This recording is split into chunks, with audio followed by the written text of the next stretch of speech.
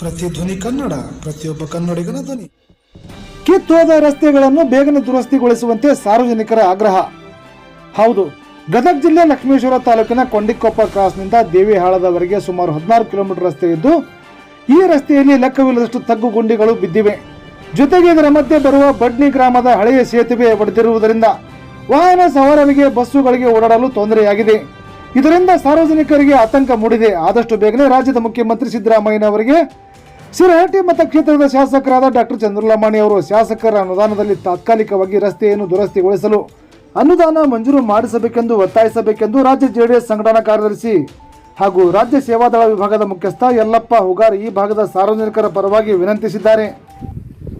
ರಾಜ್ಯ ಜೆಡಿಎಸ್ ಸೇವಾದಳ ರಾಜ್ಯ ಸಂಘಟನಾ ಕಾರ್ಯದರ್ಶಿ ಯಲ್ಲಪ್ಪ ಹುಗಾರ್ ನಾನು ತಮ್ಮ ಹತ್ರ ಮನವಿ ಮಾಡತ್ತೀನಿ. ಲಕ್ಷ್ಮೇಶ್ವರಲಿಂತ್ರ ದೇವಳಕ್ಕೆ ಹೋಗೋ ದಾರಿದೆ, ಈ ಥರ ಹದಗೆಟ್ಟು ಹೋಗಿದೆ ರಸ್ತೆ. ಅಲ್ಲಿ ನೋಡಿದ್ರೆ ಬಡ್ನಿದ ಫುಲ್ಲು ಎಲ್ಲ ಕಿತ್ತೋಗೈತಿ. ಈ ಥರ ಇದೆ ರಸ್ತೆ. ರಾಜ್ಯ ಸರ್ಕಾರದ ಸಿದ್ದರಾಮಯ್ಯ ಸಾಹೇಬ್ರ ಚೇತನಕ್ಕೆ ಅನುದಾನ ಕೊಡಬೇಕಂತೇಳಿ ತಮ್ಮ ಈ ಮೂಲಕ ಮನವಿ ಮಾಡತ್ತೀನಿ. ರಸ್ತೆ ಎಲ್ಲ ಕಿತ್ತೋಗೈತಿ, ರಸ್ತೆ ಬದಿ ಈ ಥರ ಆಗೈತಿ.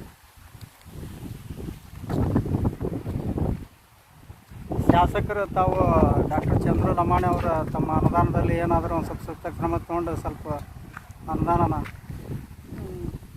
ಕೆಲಸ ಮಾಡ್ಬೇಕಂತೇಳಿ ತಮ್ಮಲ್ಲಿ ಈ ಮೂಲಕ ಮನವಿ ಮಾಡ್ತೀನಿ.